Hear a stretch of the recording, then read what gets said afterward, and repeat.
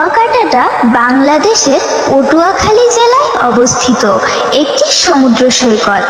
এটি সাগরকন্যা নামেও পরিচিত। এটি পটুয়াখালী জেলার কলাপাড়া উপজেলার লতাচাপড়ি ইউনিয়নে অবস্থিত। এই সমুদ্র সৈকতটি প্রায় 18 কিলোমিটার দীর্ঘ।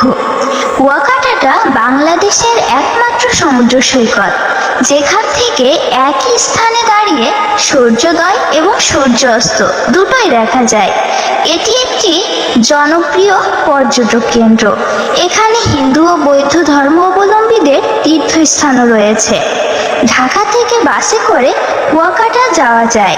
বিভিন্ন পরিবহন সংস্থার বাস গাবতলী বা সায়েদাবাদ থেকে সরাসরি কুয়াকাটার উদ্দেশ্যে ছেড়ে যায়।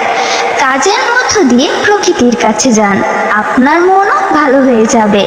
দৈনিক অপরিচিত বাংলার পাশে।